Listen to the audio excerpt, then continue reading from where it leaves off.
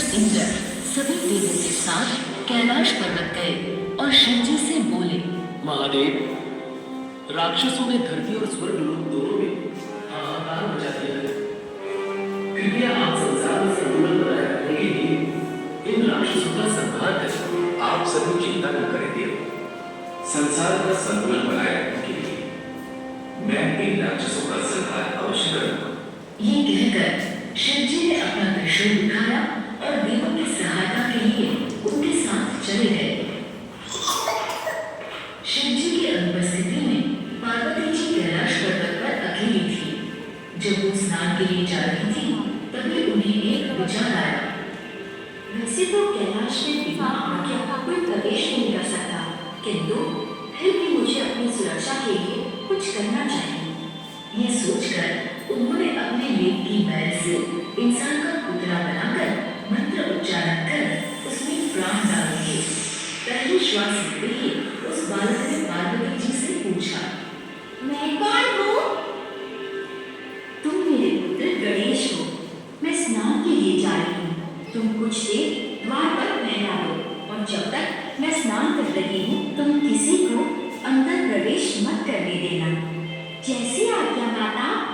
गणेश स्नान गृह के द्वार पर एक भाले के साथ पहरा देने लगे। कुछ समय बाद जब शिव जी राक्षसों का संहार कर लौटे तो उन्होंने सोचा, ये समाचार सबसे पहले मुझे पार्वती को देना चाहिए। लेकिन वो जैसे ही पार्वती जी को ये समाचार सुनाने स्नान गृह में प्रवेश करने लगे, गणेश ने उन्हें रोकते हुए कहा, रुकिए, माता की आज्ञा है कि मैं किसी को भी स्नान गृह में जाने ना दूं, इसलिए आप स्नान गृह में प्रवेश नहीं कर सकते। तुम कौन हो और मुझे स्नान गृह में प्रवेश करने से क्यों रोक रहे हो? मेरा परिचय छोड़ो और यहाँ से चले जाओ। गणेश को इस तरह अपना विरोध करते देख शिव जी क्रोधित हो गए। उद्दंड बालक, तुझे इसका दंड अवश्य मिलेगा। ये कहकर शिव जी ने त्रिशूल से गणेश पर वार किया। गणेश ने भी अपना भाला उठाया और दोनों के मध्य युद्ध आरंभ हो गया। शिव जी अगर महादेव थे तो गणेश को भी आदिशक्ति पार्वती जी ने बनाया था, इसलिए दोनों में बहुत समय तक घमासान युद्ध चलता रहा। इसके प्रभाव से डरकर ब्रह्मा और विष्णु समेत सभी देव युद्ध रोकने के लिए कैलाश पर्वत आए। महादेव, ये युद्ध रोक दीजिए। पुत्र गणेश, तुम महादेव से अपने अपराध के लिए क्षमा मांग लो और इस संघर्ष को विराम दो। क्षमा मुझे नहीं, क्षमा इन्हें मांगनी चाहिए जो माता की आज्ञा सुनकर भी स्नान गृह में प्रवेश करना चाह रहे हैं। यदि ये क्षमा मांग ले तो मैं युद्ध को विराम लगा दूंगा। ये सुनकर शिव जी अत्यधिक क्रोधित हो गए। ब्रह्मा जी ने चिंतित स्वर में गणेश से कहा, अपनी गलती मान लो बालक, नहीं तो महादेव के क्रोध से तुम्हें कोई नहीं बचा सकेगा। मुझे अपनी रक्षा की नहीं, अपितु अपने कर्तव्य पालन की चिंता है।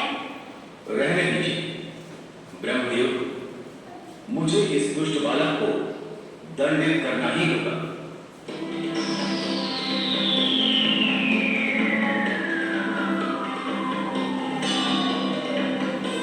त्रिशूल के वार से गणेश का सिर धड़ से अलग हो गया और आकाश मार्ग से होता हुआ मंगल लोक में जा गिरा। गणेश की विलाप भरी आवाज सुनकर पार्वती जी स्नान गृह से बाहर आए। जब उन्होंने गणेश का मृत धड़ जमीन पर पड़ा देखा तो वो बहुत दुखी हुई और रोते रोते बोली, पुत्र गणेश, हे देव, ये आपने उचित नहीं किया। अब जल्दी से मेरे पुत्र को जीवित कीजिए। क्रोध में आपसे बहुत अनुचित कार्य हो गया है महादेव, इसलिए आपको गणेश को जीवित करना ही होगा। अब तक शिव जी का क्रोध भी शांत हो चुका था। वो पार्वती जी से बोले, हे देवी, गणेश का सिर मेरे त्रिशूल के वार से मंगल लोक में जा गिरा है और वैसे भी मेरे वार से कटा सिर वापस नहीं जोड़ा जा सकता, इसलिए क्षमा करना देवी, लेकिन गणेश को जीवित करना असंभव है। ये सुनते ही पार्वती जी क्रोधित हो गए। हे देव, यदि आपने मेरे पुत्र को जीवित नहीं किया तो मैं सारे संसार को अपनी क्रोध की अग्नि में भस्म कर दूंगी। इस पर ब्रह्मा जी कुछ देर सोच कर बोले, मां,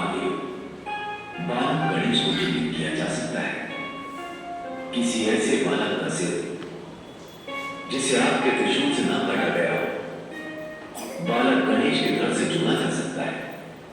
इसलिए महादेव, आप अपने गणों को आदेश दीजिए कि वो उत्तर दिशा से किसी ऐसे बालक का सिर लेकर आए जिसका चेहरा उत्तर दिशा में हो और जिसकी मां उसकी तरफ पीट करके सो रही हो। शिव जी समेत सभी देवों को ब्रह्मा जी की ये बात सही लगी। शिव जी ने अपने गणों को आदेश दिया। आदेश पाकर सभी गण उत्तर दिशा की ओर चल दिए। बहुत दूर जाने पर ब्रह्मा जी के कहे अनुसार उन्हें हाथी का बच्चा दिखाई दिया। इस हाथी के बच्चे का मुख उत्तर दिशा की ओर है और इसकी मां भी इसकी तरफ पीट करके सो रही है। गण उस हाथी के बच्चे का सिर लेकर कैलाश पर्वत लौट आए।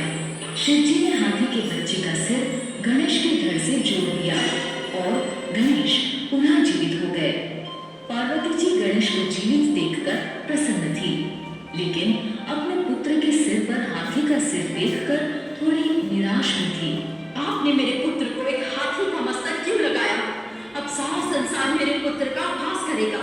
इस पर शिव जी ने गणेश को वरदान देते हुए कहा, आज से कुछ भी शुभ कार्य आरंभ होने से पहले गणेश की पूजा की जाएगी और गणेश को मंगल मूर्ति के नाम से जाना जाएगा। ये सुनकर पार्वती जी बहुत प्रसन्न हुई। उन्होंने बालक गणेश को गले से लगा लिया।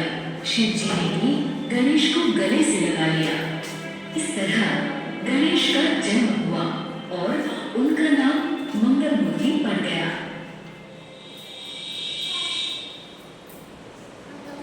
सभी स्टूडेंट एक बार बोर्ड पे देखेंगे। गणेश भगवान का दूसरा नाम हमने जो वीडियो देखी है, जो स्टोरी सुनी है, गणेश भगवान का दूसरा नाम क्या होता है? मंगल मूर्ति। क्या होता है गणेश भगवान का नाम? मंगल मूर्ति। क्या होता है गणेश भगवान का नाम? क्या होता है गणेश भगवान का नाम? मंगल मूर्ति। और गणेश भगवान को क्या बोला? गणेश भगवान की आज पूजा में गणेश भगवान को क्या बोला जाएगा? प्रथम पूजनीय। प्रथम पूजनीय बोला जाएगा। कोई भी पूजा स्टार्ट होगी तो सबसे पहले किसकी पूजा होगी? गणेश भगवान की। और गणेश भगवान किसके पुत्र थे? शिव जी भगवान के और पार्वती माता के। गणेश भगवान का वाहन क्या है? मूष। समझ रहे हैं सभी स्टूडेंट? और गणेश भगवान के भाई का क्या नाम है? कार्तिकेय। ओके।